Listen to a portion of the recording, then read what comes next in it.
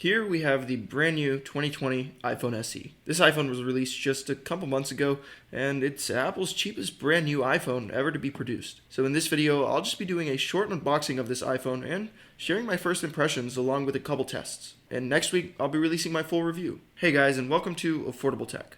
My name's David, and this is where you can find videos on budget tech that doesn't sacrifice on quality.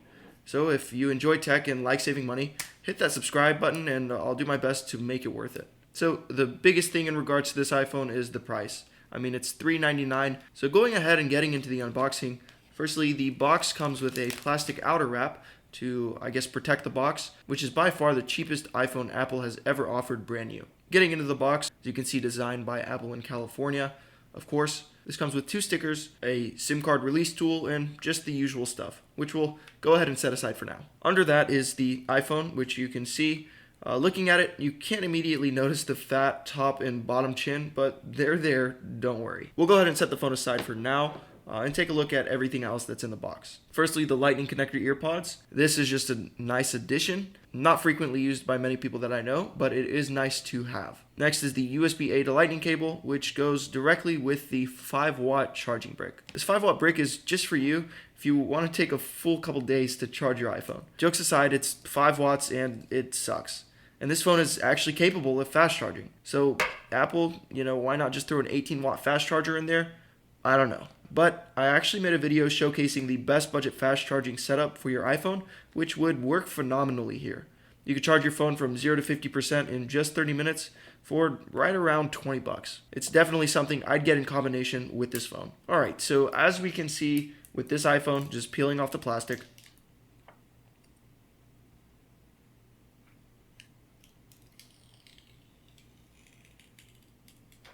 we firstly noticed the super reflective back glass, and definitely we noticed the home button. So holding it in my hand, it really is an odd feeling. It kind of feels going from a XS Max to this, feels like I'm holding an iPod Touch, seriously. It's really light, it feels pretty compact, but the way that you can grip it because of its form factor, it's just really a sturdy phone, it seems like. I mean, the size comparison is huge. We'll go ahead and just set up the iPhone on camera. Just so you get an idea of what that process looks like if you've never owned an iPhone before and this is your first step into the Apple ecosystem. I mean, but for $399, can we really complain about it? Well, yes. I mean, how much would it have pained Apple to extend the screen, right?